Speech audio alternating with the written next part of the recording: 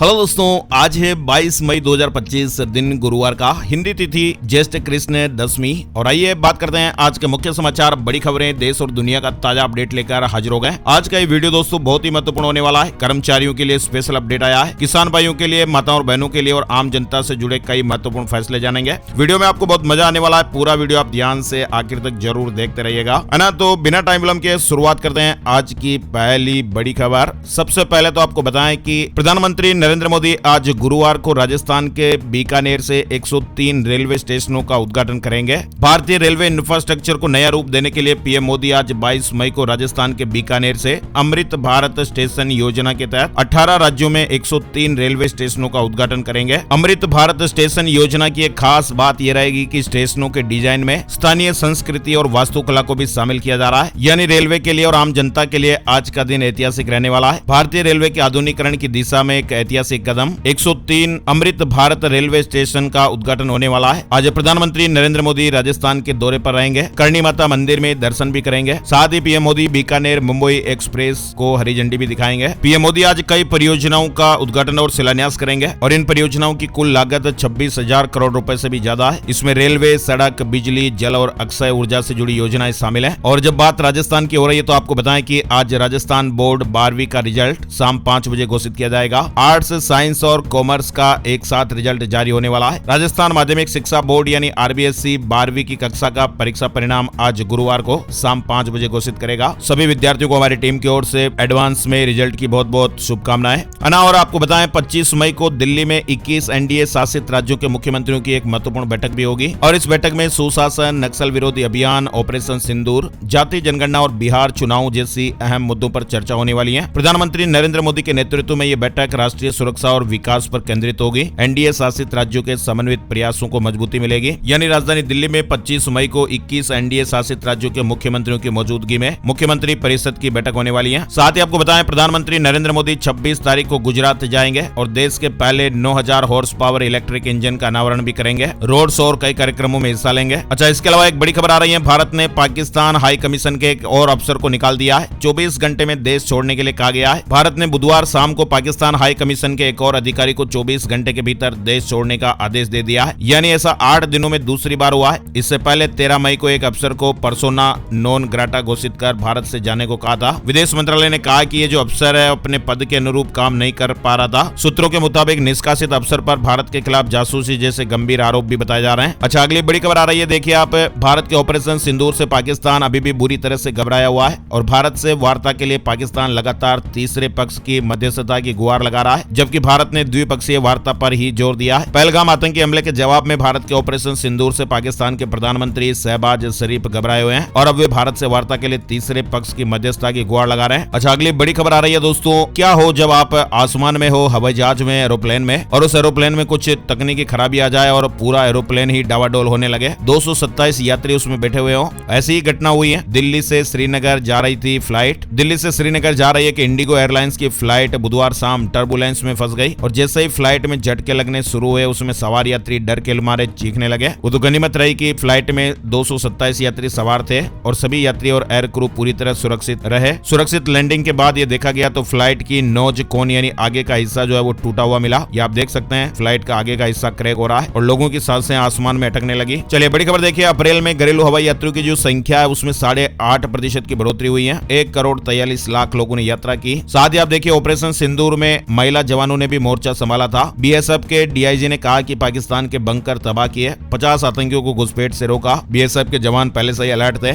इसके अलावा आप देखिए पाकिस्तान के लिए जासूसी के शक में पकड़ी गई हिसार के यूट्यूबर ज्योति मल्होत्रा की पाकिस्तानी खुफिया एजेंसी के अधिकारी से एक और व्हाट्सएप चैट सामने आई है। मीडिया रिपोर्ट्स में इस चैट को वायरल किया जा रहा है। ज्योति आईएसआई एजेंट से बोले कि पाकिस्तान में शादी करवा दो। पाकिस्तानी हैंडलर के साथ इस तरह की चैट हुई है जो मीडिया में वायरल है। अच्छा, इसके अलावा आप देखिए यूट्यूबर ज्योति मल्होत्रा से लगभग पूछताछ पूरी हो चुकी है और रिपोर्ट भी तैयार हो गई है। 5 दिन से पुलिस रिमांड पर थी और लगभग पूछताछ पूरी हो चुकी है। पुलिस अपनी रिपोर्ट अब उच्च अधिकारियों को सौंपेगी। 5 दिन का रिमांड पूरा होने के बाद आज गुरुवार दोपहर बाद ज्योति को अदालत में भी पेश किया जाएगा। लेकिन इसी बीच आपको अपडेट जो बताएं वो हिसार के पुलिस अधीक्षक शशांक कुमार सावंत जी के मुताबिक एक वक्तव्य जारी कर बताया गया कि अभी तक की पुलिस जांच में पाकिस्तान के लिए जासूसी के आरोप में गिरफ्तार ज्योति मल्होत्रा के किसी आतंकवादी संगठन से संपर्क होने का सीधे तौर पर कोई साक्ष्य नहीं मिला है। वह पाकिस्तान ऑपरेटिव एजेंसी यानी पीओआई से जुड़े लोगों के संपर्क में जरूर थी। किसी आतंकवादी घटनाओं में भी उसकी संलिप्तता का फिलहाल कोई तथ्य सामने नहीं आया है। एसपी साहब ने बताया कि ज्योति अभी हिसार पुलिस की हिरासत में है और उसकी किसी भी सैन्य रक्षा संबंधी जानकारी तक पहुंच होने के बारे में अभी कोई तथ्य सामने नहीं आया है। किसी पीओआई से शादी या उसके धर्म परिवर्तन के कोई साक्ष्य भी अभी नहीं मिले हैं। आरोपी ज्योति 5 दिन के पुलिस रिमांड पर और हिसार पुलिस इस मामले की गहनता से जांच कर रही है।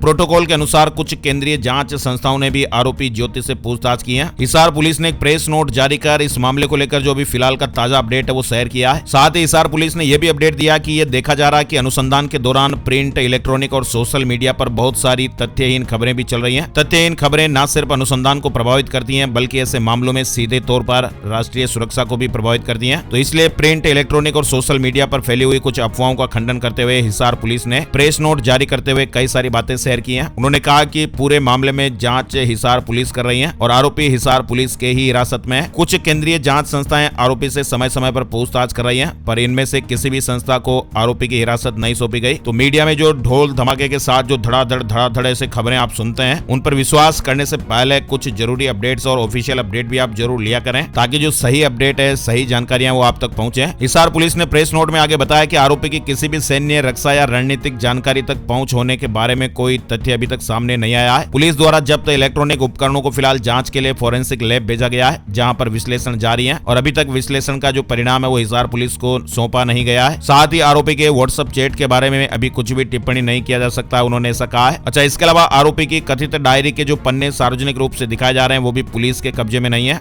आरोपी के 4 बैंक अकाउंट की गहनता से विश्लेषण किया जा रहा है। आरोपी निश्चित ही ये जानते हुए कि कुछ लोग पीआईओएस हैं, उनसे संपर्क में थी, लेकिन अभी तक सीधे तौर पर ऐसा कोई तथ्य सामने नहीं आया जिससे ये कहा जा सके कि आरोपी का संपर्क किसी आतंकवादी संगठन से था। आरोपी के किसी भी आतंकवादी घटनाओं में संलिप्तता को लेकर फिलहाल कोई तथ्य अभी तक सामने नहीं आया है और आरोपी के किसी पीआईओ के साथ शादी, धर्म परिवर्तन इत्यादि के बारे में अभी तक कोई तथ्य सामने नहीं आया है। तो यह अनुसंधान राष्ट्रीय सुरक्षा से संबंधित है, इसलिए हिसार पुलिस ने प्रेस नोट में कहा कि सभी इलेक्ट्रॉनिक, प्रिंट और सोशल मीडिया के जो लोग हैं उनसे यह अनुरोध है कि जो रिपोर्टिंग है उसमें संयम बरतें, आधिकारिक प्रेस नोट में वर्णित तथ्यों को ही प्रसारित करें, सूत्रों से हवाले से ऐसी खबरों पर पुष्टि करने के बाद ही प्रसारित करें। चलिए अगली बड़ी खबर आप देखिए। सुप्रीम कोर्ट से हरियाणा के प्रोफेसर को जमानत मिल गई है। ऑपरेशन सिंदूर पर कमेंट किया था। फिलहाल पासपोर्ट सरेंडर करना होगा। 3 आईपीएस अफसरों की एसआईटी जांच करेगी। सशर्त जमानत मिल गई है। इधर देखिए आप, भारत की आपत्ति के बावजूद भी सीपीईसी का अफगानिस्तान तक विस्तार, पाकिस्तान से अफगानिस्तान तक सड़क बनाएगा चीन। विदेश मंत्रियों की बैठक में सहमति बनी। चीन, पाकिस्तान और अफगानिस्तान के विदेश मंत्रियों की बुधवार को बीजिंग में एक बैठक हुई और इस बैठक में चीन पाकिस्तान इकोनॉमिक कॉरिडोर का अफगानिस्तान तक विस्तार करने पर सहमति बनी है। वहीं आप देखिए ऑपरेशन सिंदूर के तहत पहला डेलीगेशन विदेश रवाना हो गया है। दूसरा रात 9 बजे रवाना हो जाएगा, ऐसे अपडेट थे। 17 सांसद 9 देशों को बताएंगे। पहलगाम हमले में पाक समर्थित आतंकी संगठन शामिल था। वहीं देखिए आप, देश की सबसे बड़ी एयरलाइन को 3000 करोड़ रुपए का मुनाफा हुआ है। एयर ट्रेवल में बढ़ती डिमांड से प्रॉफिट 62% बढ़ा। एक साल में शेयर 26% चढ़ा है और ये कंपनी है इंडिगो।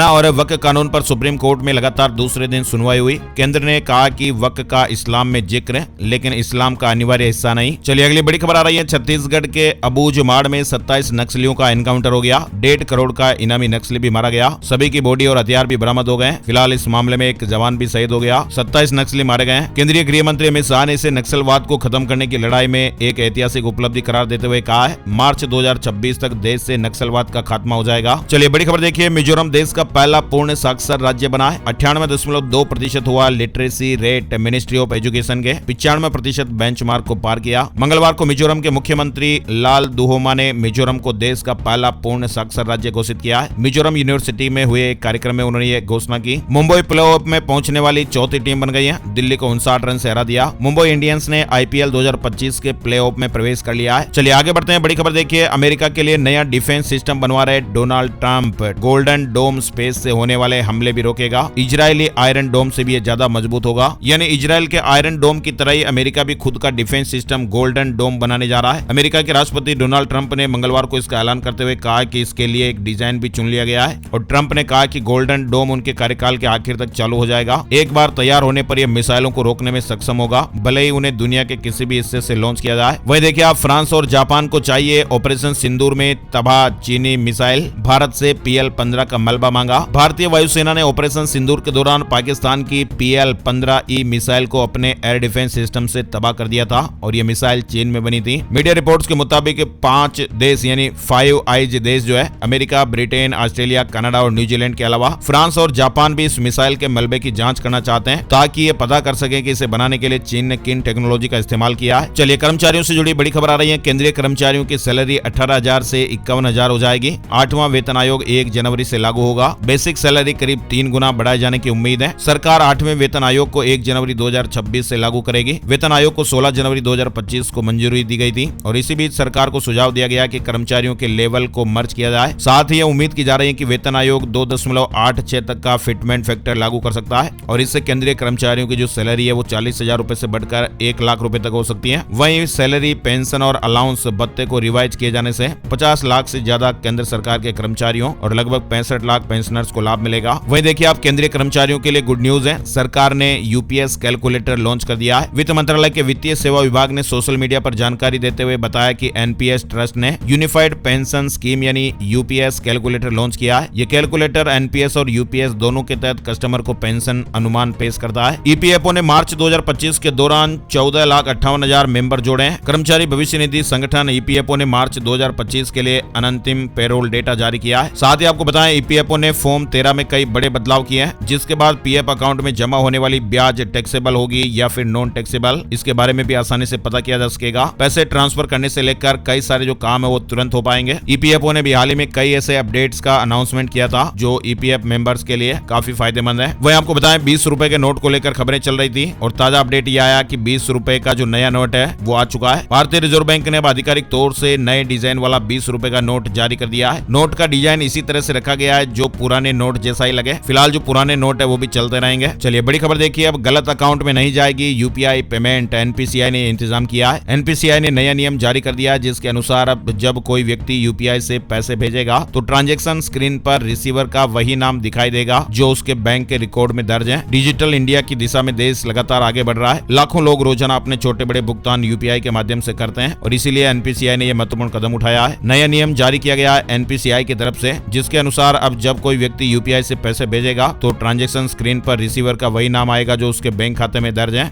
गलती नहीं होगी। चलिए बड़ी खबर, सरकार ने किसान भाइयों को बड़ी सौगात दी है। बिना सिबिल स्कोर के भी लोन मिलेगा। खरीफ की फसलों की बुआई के पहले सरकार ने किसान भाइयों के लिए बड़ा ऐलान किया है। सरकार ने बैंकों को बिना सिबिल स्कोर पर जोर दिए किसानों को कृषि लोन देने के निर्देश दिए हैं। चलिए बड़ी खबर देखिए, जॉर्जिया में अब बिना वीजा घूम सकते हैं भारतीय। बड़ी खबर है, अमेरिका, ब्रिटेन और जापान के वीजा पर भी फ्री एंट्री मिलेगी। इंडियन ट्रेवलर्स के लिए अब काकेसस तक का रास्ता आसान हो गया है। रिपोर्ट्स के अनुसार जॉर्जिया ने भारतीय नागरिकों के लिए अपनी वीजा पॉलिसी में ढील दी है और इसके तहत उन लोगों को वीजा फ्री एंट्री की परमिशन दी गई है जिनके पास पहले से ही अमेरिका, ब्रिटेन, शेंगेन एरिया या जापान से वैलिड वीजा या रेजिडेंस परमिट है। वहीं देखिए अब ट्रेनी आईएएस पूजा खेड़कर को सुप्रीम कोर्ट से अग्रिम जमानत मिल गई है। विवादों में घिरी ट्रेनी आईएएस पूजा खेड़कर को सुप्रीम कोर्ट ने बुधवार को अग्रिम जमानत दी है। सुनवाई के दौरान सुप्रीम कोर्ट ने तो यहाँ तक कह दिया कि पूजा ने कौन सा बड़ा अपराध कर दिया, वह कोई ड्रग माफिया या आतंकवादी नहीं है, उन पर धारा 302 का आरोप नहीं है। कोर्ट ने आगे कहा कि आपके पास कोई सिस्टम या सॉफ्टवेयर होना चाहिए जिससे इस तरह की जांच समय पर हो जाए। उसने सब कुछ खो दिया है और अब कहीं नौकरी तक नहीं मिलेगी। वहीं जस्टिस नागरत्ना ने कहा कि इस मामले में दिल्ली हाई कोर्ट ने पहले ही जमानत दे देनी चाहिए थी। बड़ी खबर देखिए, जस्टिस वर्मा केस कांड से जुड़ा अपडेट आ रहा है। एफआईआर की मांग वाली याचिका खारिज हो गई है। सुप्रीम कोर्ट ने कहा कि मामला राष्ट्रपति प्रधानमंत्री के पास, पहले उनसे गुहार लगाएं। केस मामले में गिरे इलाहाबाद हाईकोर्ट के जस्टिस यशवंत वर्मा के खिलाफ एफआईआर की मांग वाली याचिका बुधवार को सुप्रीम कोर्ट ने खारिज कर दी है। चलिए बड़ी खबर देखिए, महाराष्ट्र सरकार ने सीजीआई गवई को परमानेंट स्टेट गेस्ट बनाया, प्रोटोकॉल गाइडलाइन जारी की। चलिए अगली बड़ी खबर आ रही है, अमेरिका को मिली नई खुफिया जानकारी में एक बड़ा खुलासा हुआ है और बताया गया कि इजराइल कभी भी ईरान के परमाणु ठिकानों पर हमला कर सकता है और अगर ऐसा होता है तो ये पूरे क्षेत्र को एक बड़े संघर्ष में झोंक सकता है। ईरान के पास कई न्यूक्लियर साइट्स हैं और हमले की स्थिति में हजारों लोगों की जानें जा सकती हैं। वहीं आप देखिए, समंदर में खिंची तलवारें, नॉर्थ कोरिया और जापान में किसी भी वक्त बड़ी जंग छिड़ सकती है। उत्तर कोरिया के तानाशाह किम जोंग के लगातार मिसाइल परीक्षणों से जापान सागर में तनाव चरम पर चल रहा है। जापान को यह डर है कि उत्तर कोरिया के शासक किम जोंग किसी बड़ी जंग की तैयारी में है। उधर जापान भी अपने फ्यूचर वेपन रेलगन का परीक्षण करने वाला है। जापान के नए हथियार और किम जोंग के मिसाइल परीक्षण से युद्ध की आशंकाएं बढ़ गई हैं। ब्रिटेन ने इजराइल के साथ रोकी व्यापार वार्ता, यहूदी बस्तियों पर लगाए नए प्रतिबंध। ब्रिटेन ने गाजा में जारी मानवीय संकट और युद्ध के मद्देनजर इजराइल के साथ मुक्त व्यापार समझौते की बातचीत रोक दी है। इसके साथ ही अवैध इजरायली बस्तियों पर नए प्रतिबंध भी लगाए गए हैं। ये कदम यूरोपीय संघ के फैसले के बाद आया है। ब्रिटिश सरकार ने इजराइल इजराइल की नीतियों की कड़ी आलोचना की है और इसे फिलिस्तीनियों के लिए खतरा बताया है। आप देखिए गाजा में किस तरह से भूखमरी के हालात हैं। कल वाले वीडियो में भी अपडेट आपने देखा था। यूएन ने अब ये नया दावा किया और कहा कि राहत सामग्री वाले ट्रक फंस गए। फिलिस्तीनी आबादी मदद से वंचित हो रही है। हजारों बच्चे खतरे में हैं। गाजा में दिन प्रतिदिन हालात और बिगड़ते जा रहे हैं। करीब 3 महीने की नाकेबंदी के बाद अब इजराइल ने दबाव में आकर कुछ राहत सामग्री गाजा भेजने की इजाजत तो दे दी है, लेकिन संयुक्त राष्ट्र यानी यूएन अभी तक इन सामानों को जरूरतमंद लोगों तक नहीं पहुंचा पा रहा है। गाजा में किस तरह से लोग भूख के संकट से जूझ रहे हैं। गाजा में तबाही मचा रहे इजराइल के खिलाफ अब 3 बड़े देश भी उतर आए हैं, लेकिन नेतन्याहू मानने को तैयार नहीं है। इजराइल अभी भी गाजा में तबाही मचा रहा है और इसी के चलते अब यूके, फ्रांस और कनाडा की तरफ से इजराइल को चेतावनी भी दी गई है। तीनों देश इजराइल के खिलाफ उतर आए हैं और इजराइल से गाजा में राहत सामग्री भरपूर मात्रा में पहुंचाने के लिए कहा है। हालांकि इसी बीच पीएम नेतन्याहू ने इसका करारा जवाब दिया और कहा कि आखिर कब ये तबाही रुकेगी। इजराइल और हमास के बीच शुरू हुए युद्ध को काफी लंबा समय हो गया और गाजा में अभी भी इजराइल तबाही मचा रहा है। यूके, फ्रांस और कनाडा ने एक तरफ इजराइल की कड़ी निंदा की है, दूसरी तरफ चेतावनी दी है कि इजराइल अगर गाजा पर अपने सैन्य हमले को नहीं रोकता है और साथ ही गाजा में मानवीय सहायता की इजाजत नहीं देता है तो उस पर प्रतिबंध लगाने के साथ साथ आगे की ठोस कार्रवाई भी की जाएगी। लेकिन इधर पीएम नेतन्याहू ने इसका करारा जवाब दिया और कहा कि जब तक पूरी तरह से जीत हासिल नहीं हो जाती तब तक इजराइल अपनी रक्षा करना जारी रखेगा। चलिए बड़ी खबर देखिए। अवैध इमिग्रेशन कराने वाली भारतीय ट्रेवल एजेंसियों पर डोनाल्ड ट्रंप ने कड़ा एक्शन लिया है, वीजा पर प्रतिबंध लगा दिए हैं। अमेरिकी विदेश विभाग ने स्पष्ट किया कि यह कार्रवाई जारी रहेगी और ऐसे सभी एजेंटों पर नकेल कसी जाएगी जो अवैध इमिग्रेशन में शामिल हैं। चलिए बड़ी खबर देखिए। मोदी सरकार को घेरने के लिए कांग्रेस टीम 140 को ट्रेनिंग देगी। 23 मई को एक बड़ी बैठक बुलाई गई है। कांग्रेस ने मोदी सरकार पर अपने हमलों को तेज करने के लिए एक नई रणनीति तैयार की है। दिल्ली में करीब 140 प्रवक्ताओं की बैठक बुलाई गई है, जहां उन्हें विदेश नीति, सीज फायर और संसद सत्र से जुड़े मुद्दों पर ट्रेनिंग दी जाएगी। और बताया जा रहा है कि इस बैठक में राहुल गांधी और मल्लिकार्जुन खड़गे के भी शामिल होने की संभावना है। चलिए बड़ी खबर देखिए। पहले गई नौकरी और अब एसएससी की परीक्षा में भी शामिल नहीं हो पाएंगे। बंगाल जॉब स्कैम केस में शिक्षकों को सुप्रीम कोर्ट से बड़ा झटका लगा है। सुप्रीम कोर्ट ने एसएससी भर्ती प्रक्रिया में रैंक जंपिंग के माध्यम से नौकरी पाने वालों की याचिका खारिज कर दी है। बड़ी खबर आप देखिए। गुजरात एटीएस ने ऑपरेशन सिंदूर के दौरान देश विरोधी मैसेज फैलाने के आरोप में एक नाबालिग सहित 2 हैकर्स को गिरफ्तार किया है। 12th फेल साइबर अपराधी हैं। ऑपरेशन सिंदूर के दौरान ये देश विरोधी काम कर रहे थे। गुजरात एटीएस ने बड़ी कार्रवाई की है। बड़ी खबर दिल्ली से आ रही है। दिल्ली की पहली किन्नर पार्षद बॉबी किन्नर ने छोड़ा आम आदमी पार्टी का साथ। दिल्ली नगर निगम चुनाव में ऐतिहासिक जीत हासिल करने वाली बॉबी किन्नर ने आम आदमी पार्टी से नाता तोड़ लिया है। बॉबी ने इंद्रप्रस्थ विकास पार्टी यानी आईडीपी का दामन थाम लिया है। बॉबी से पहले आम आदमी पार्टी के 15 पार्षदों ने अपनी पार्टी को छोड़ते हुए नई पार्टी आईडीपी का गठन किया था। साथ ही बड़ी खबर आ रही है। जम्मू कश्मीर के उपराज्यपाल मनोज सिन्हा ने अमरनाथ श्राइन बोर्ड का पुनर्गठन करते हुए 9 सदस्यों की नियुक्ति की है। 3 साल के कार्यकाल के लिए चुने गए सदस्यों में प्रशासनिक, धार्मिक और शैक्षिक क्षेत्रों के विशेषज्ञ शामिल हैं। तेलंगाना से बड़ी खबर आ रही है। तेलंगाना के हैदराबाद से 4000 करोड़ की ठगी का एक बड़ा मामला सामने आया है और ये ठगी करने वाले देवर भाभी हैं। दोनों आरोपियों को बिहार के दानापुर से गिरफ्तार किया गया है। ये कार्रवाई तेलंगाना और दानापुर पुलिस की संयुक्त रूप से की है। कैलाश मानसरोवर यात्रा के लिए ड्रा प्रक्रिया पूरी हो गई। यात्रा का आयोजन जून से अगस्त तक किया जाएगा। यात्रियों को उनके चयन की सूचना एसएमएस और ईमेल के जरिए दी गई है। महाराष्ट्र चैंबर ऑफ कॉमर्स ने पाकिस्तान, तुर्की और अजरबैजान के उत्पादों का बहिष्कार किया। ये बड़ा निर्णय लिया गया है। चलिए बड़ी खबर आ रही है। मथुरा वृंदावन से लेकर 600 करोड़ के प्रोजेक्ट को लेकर कमिश्नर और डीएम ने कैबिनेट मंत्री लक्ष्मी नारायण चौधरी के साथ मिलकर ब्लूप्रिंट फाइनल कर लिया है। अब मंदिर के आसपास के 300 मकान और 100 दुकान का सर्वे शुरू हो रहा है और प्रशासन इनकी वैल्यूएशन करके नोटिस जारी करने की तैयारी में है। मुआवजा देकर इन मकानों को अपने कब्जे में लिया जाएगा और इसके बाद फिर ध्वस्तीकरण होगा। साथ ही बड़ी खबर देखिए। एप्पल को डोनाल्ड ट्रंप की समझाइश बेअसर। आईफोन बनाने वाली फॉक्सकॉन का भारत में 12,700 करोड़ रुपए का निवेश है। अमेरिका के राष्ट्रपति ने कहा था कि यहाँ पैसा ना लगाएं। अमृतपाल सिंह पर तीसरी बार एनएसए परिवार हाईकोर्ट जाएगा। कहा कि लोकप्रियता से राजनीतिक दल डर गए। गूगल आईओ इवेंट में कई बड़े बड़े अपडेट निकल कर आ रहे हैं। टेक्नोलॉजी कंपनी गूगल का annual developer conference Google IO 2025 मंगलवार यानी 20 मई रात से शुरू हो गया है। यानी गूगल हर साल अपना ये डेवलपर कॉन्फ्रेंस आयोजित करता है, जिसमें गूगल कौन कौन सी टेक्नोलॉजी ला रहा है, कौन कौन से अपडेट आने वाले हैं, इसकी जानकारियां शेयर करता है। तो इस दौरान कंपनी के सीईओ सुंदर पिचाई ने कहा कि गूगल अब एआई फर्स्ट कंपनी है। जेमिनी को भी अपडेट कर दिया गया है। इसके अलावा जो आप गूगल में सर्च करते हैं इसको लेकर भी आपको बहुत अच्छा अपडेट मिलेगा। गूगल सर्च में अब एआई पावर्ड रिजल्ट्स आपको देखने को मिलेंगे। इसके अलावा गूगल ने एडवांस वीडियो जनरेशन मॉडल भी लॉन्च किया। वहीं एंड्रॉइड 16 का इंतजार भी खत्म हुआ। गूगल ने एंड्रॉइड 16 लॉन्च कर दिया है और एक ही जगह आपको कई सारे फीचर्स देखने को मिलेंगे। चलिए बड़ी खबर देखिए। गुजरात में कोरोना के 7 नए केस सामने आए हैं। देश में एक्टिव केस की संख्या 257 पहुंच गई है। केरल में सबसे ज्यादा 95 पॉजिटिव मामले हैं। कोरोना वायरस के मामले एक बार फिर से बढ़ रहे हैं। तमिलनाडु में भी तेजी से बढ़े कोरोना के मामले।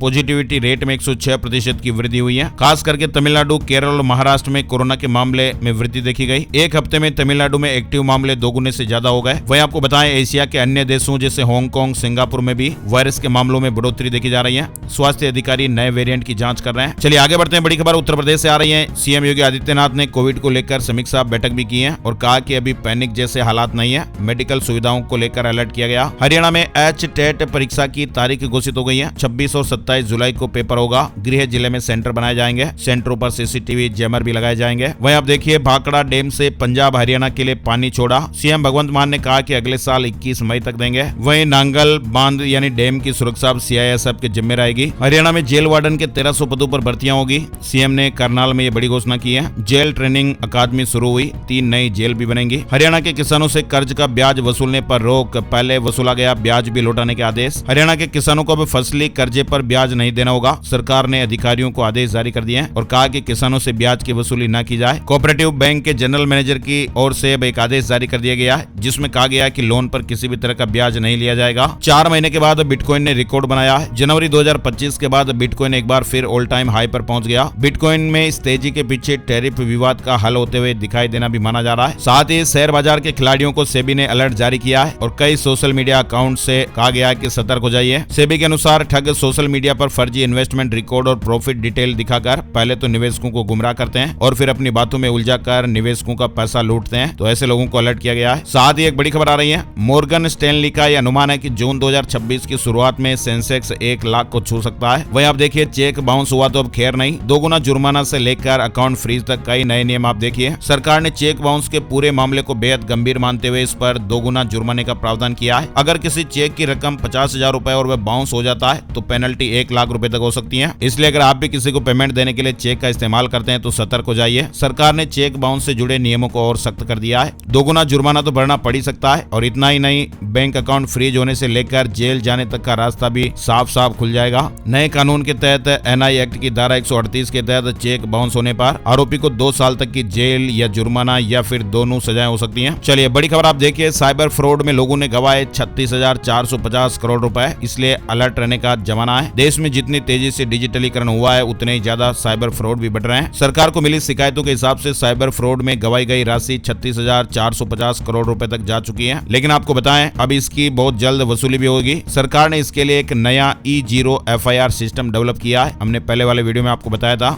सरकार एक नया सिस्टम ला रही है, E0 FIR, यानी दोस्तों अब हमारे देश में 10 लाख रुपए से अधिक के साइबर फ्रॉड की शिकायत 1930 नंबर पर जब आप करेंगे तो इसकी जो शिकायत है वो खुद ब खुद FIR में कन्वर्ट हो जाएगी। इसे पुलिस E0 FIR की तरह ट्रीट करके उस पर तुरंत कार्रवाई करेगी। तो सरकार ने भी हाल ही में E0 FIR का अपडेट दिया है। ये एकदम नया सिस्टम है। फिलहाल इस तरह की जो पहल है वो दिल्ली में पायलट प्रोजेक्ट के रूप में शुरू हुई है और जल्दी पूरे देश में इसे लागू किया जाएगा। इस अपडेट है। चलिए बड़ी खबर देखिए, दुबई सोना खरीदने के लिए भारत के लोगों के बीच काफी लोकप्रिय है क्योंकि वहां भारत के मुकाबले सोना काफी सस्ता मिलता है। दुबई में इंपोर्ट ड्यूटी और टैक्स कम होने से इसकी कीमतें भारत से काफी कम होती हैं। लेकिन अब दुबई से सस्ता सोना लाना आसान नहीं होगा क्योंकि भारत सरकार ने कच्चे और पाउडर के रूप में आने वाले सोना और चांदी के इंपोर्ट पर प्रतिबंध लगा दिया है। ये प्रतिबंध बजट वित्त वर्ष 26 की घोषणा पर बेस्ड है। चलिए यूपी से जुड़ी एक और खबर देखिए। यूपी में पंचायत चुनाव जनवरी में हो सकते हैं। 67 जिलों में भेजी जाएंगी 1,27,000 मतपेटियां। चलिए आगे बढ़ते हैं। बड़ी खबर देखिए आप, प्रसिद्ध परमाणु वैज्ञानिक डॉक्टर MR श्रीनिवासन के निधन पर प्रधानमंत्री नरेंद्र मोदी जी ने दुख जताया है। मौसम और मानसून से जुड़े कुछ अलर्ट करने वाले अपडेट भी चल रहे हैं। दिल्ली NCR में बुधवार को दिन भर सूरज ने आसमान से आग बरसाई। लोग गर्मी से बेहाल रहे, लेकिन रात होते होते अचानक मौसम ने बड़ी करवट बदली। तेज आंधी बारिश के साथ ओले गिरने से लोगों को राहत तो मिली। लोगों ने बारिश का आनंद भी लिया। लेकिन आपको बताएं, बुधवार शाम को राष्ट्रीय राजधानी दिल्ली में बारिश से जुड़ी अलग अलग घटनाओं में एक 22 साल का एक युवक और एक विकलांग व्यक्ति की जान चली गई, जबकि कम से कम 11 लोग घायल भी हो गए। तूफान सी तेज हवाएं, बिजली कड़की, ओलावृष्टि हुई। कई इलाकों में जनजीवन प्रभावित हुआ। अब देखिए, दिल्ली NCR में आंधी के साथ बारिश, ओले भी गिरे। 80 किलोमीटर प्रति घंटे की रफ्तार से तेज हवाएं चलने से पोल और कई जगह पेड़ उखड़ गए। कई इलाकों की बिजली तक गुल हो गई। हवा की स्पीड बहुत तेज थी। वहीं उत्तर प्रदेश के 12 शहरों में भी आंधी बारिश, ओले गिरे। नोएडा में भी कई जगह होर्डिंग और पोल तक गिर गए। वहीं महाराष्ट्र के कई जिलों में भी मूसलाधार बारिश हो रही है, जिससे लोगों को काफी परेशानियों का सामना भी करना पड़ रहा है। मौसम विभाग ने अगले 72 घंटों तक मुंबई, रायगढ़, पुणे, कोंकण समेत महाराष्ट्र के कई जिलों में तेज बारिश की संभावना जताई है। अरब सागर में कम दबाव का क्षेत्र बन रहा है, जिसकी वजह से देश के कई राज्यों में भारी बारिश और आंधी तूफान देखने को मिल रहे हैं। बिहार में भी देखिए 8 जिलों में बारिश। पूरे बिहार में अलर्ट। झारखंड के भी कई जिलों में भारी बारिश का अलर्ट है। साइक्लोनिक सर्कुलेशन का असर देखने को मिल रहा है। 25 के बाद मौसम में थोड़ा सुधार देखने को मिलेगा। हरियाणा में भी बारिश, ओलावृष्टि की घटनाएं हुई, एक बिल्डिंग का हिस्सा गिर गया। पंजाब, चंडीगढ़ में भी कई जगह बारिश, ओले भी गिरे। 4 दिनों तक बारिश होने का अनुमान है। पंजाब और चंडीगढ़ से जुड़ा अपडेट है। इसके अलावा देखिए हिमाचल प्रदेश के कई भागों में बारिश हुई, गर्मी से थोड़ी राहत मिली। फिलहाल अगले 5 दिन बादल और बरसेंगे। वेस्टर्न डिस्टर्बेंस 23 तारीख से और ज्यादा एक्टिव होने वाला है। हिमाचल घूमने वगैरह जा रहे हैं तो ध्यान दीजिएगा, 23 तारीख के बाद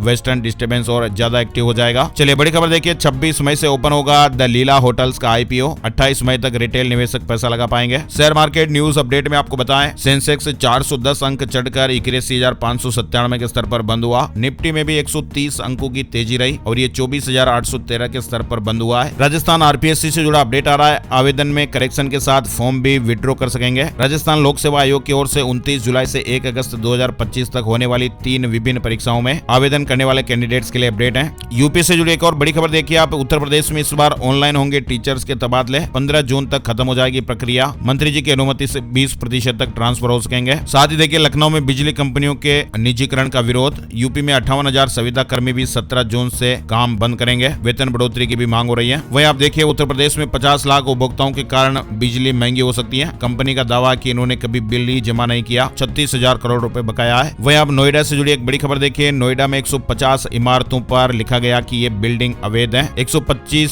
से ज्यादा अतिक्रमणकर्ता के खिलाफ शिकायत और इन सभी इमारतों को ध्वस्त किया जाएगा। अच्छा, इसके अलावा उत्तर प्रदेश के प्रयागराज से एक बड़ी खबर आई थी, आपको मालूम होगा, एक नर्सरी के स्टूडेंट की जान चली गई थी। फिलहाल इस मामले में 2 महिला टीचर जेल पहुंच गई है। प्रयागराज में थप्पड़ मारने से एक बच्चा बेहोश हुआ था। पानी मांगते मांगते बच्चे की जान निकल आई। फिलहाल 2 महिला टीचर जेल पहुंच गई है। इधर आप देखिए राजस्थान में श्री गंगानगर देश का सबसे गर्म शहर रहा, पारा 47.6 डिग्री सेल्सियस। वहीं राजस्थान के 4 शहरों में तापमान 46 डिग्री के पार रहा। आज 17 जिलों में लू का अलर्ट है। इतनी भयंकर गर्मी में आप ध्यान दीजिएगा, चिकित्सा विभाग का भी ये अलर्ट है कि हीट स्ट्रोक से ब्रेन हेमरेज हो सकता है, किडनी फेलियर हो सकते हैं, दिल की धड़कनें गड़बड़ा रही हैं, शरीर में पानी की कमी न होने दें। साथ ही एक बड़ी खबर आ रही है, राजस्थान हाईकोर्ट ने कहा कि शैक्षणिक रिकॉर्ड में मां का नाम बच्चे की पहचान। राजस्थान हाईकोर्ट ने माध्यमिक शिक्षा बोर्ड अजमेर को याचिकाकर्ता की 10वीं और 12वीं की मार्कशीट में उसकी मां के नाम में सुधार करने के निर्देश दिए हैं। सीबीएसई 12वीं की आंसर बुक कॉपी के लिए आवेदन शुरू। रिजल्ट से असंतुष्ट स्टूडेंट्स अप्लाई कर सकते हैं। 10वीं के लिए 27 तारीख से आवेदन करने की सुविधा मिलेगी। वहीं आप राजस्थान से जुड़ा अपडेट देखिए, वन रक्षक भर्ती 2020 से जुड़ी एक खबर है। गुजरात में पेपर लीक, जबरा राम ने हरीश को अहमदाबाद में दिया था हल किया हुआ पेपर। राजस्थान में 13 नवंबर 2022 को हुई वन रक्षक भर्ती परीक्षा 2020 का पेपर गुजरात के पालनपुर और अहमदाबाद से लीक हुआ था। राजस्थान में पहला ऐसा मौका है जब आरोपियों को दूसरे राज्य से पेपर मिला था। इंदौर के व्यापारी नहीं बेचेंगे चीन और बांग्लादेश के कपड़े, संकल्प लिया। साथ ही आप देखिए बिहार के सभी प्रखंडों में कोल्ड स्टोरेज और गोदाम खोलेगी सरकार। सहकारिता मंत्री प्रेम कुमार ने बड़ा ऐलान किया है। किसानों के हित में यह बड़ा फैसला लेते हुए कहा गया कि सब्जियों के निर्यात और विपणन को बढ़ावा देने के मकसद से अब बिहार प्रदेश के सभी प्रखंडों में कोल्ड स्टोरेज और गोदाम खोले जाएंगे। आइए अब आपको बताते हैं सोने चांदी के भाव। Gold price today, silver price today. 10 ग्राम 24 कैरेट सोने का दाम 1502 रुपए बढ़कर 95,309 रुपए पर पहुंच गया है। चांदी के दाम 1532 रुपए बढ़कर 97,332 रुपए प्रति किलो पर पहुंच गए। और अब एक नजर आज का राशिफल। आज 22 मई गुरुवार को वृष राशि वालों को सितारों का साथ मिलेगा। मिथुन राशि वालों को आर्थिक फायदा मिल सकता है। कन्या राशि वालों का रुका हुआ इनकम सोर्स शुरू हो सकता है। तुला और मीन राशि के लोगों को नौकरी में तरक्की मिलने की संभावना है। धनु राशि वालों को सितारों का साथ मिलेगा और इनके अलावा बाकी राशियों के लिए दिन ठीक ठाक रहने वाला है। तो ये थे दोस्तों आज के मुख्य समाचार, बड़ी खबरें, हेडलाइंस और सुर्खियां, अपडेट। ये वीडियो आपको कैसा लगा कमेंट करके जरूर बताइएगा और प्लीज आप लोगों से एक रिक्वेस्ट है, इस वीडियो को आप लाइक भी कीजिएगा। फेसबुक और व्हाट्सएप पर आप शेयर भी जरूर कर दीजिएगा। एक और नई जानकारी और अपडेट वीडियो में फिर मिलते हैं, तब तक के लिए जय श्री राम, जय हनुमान।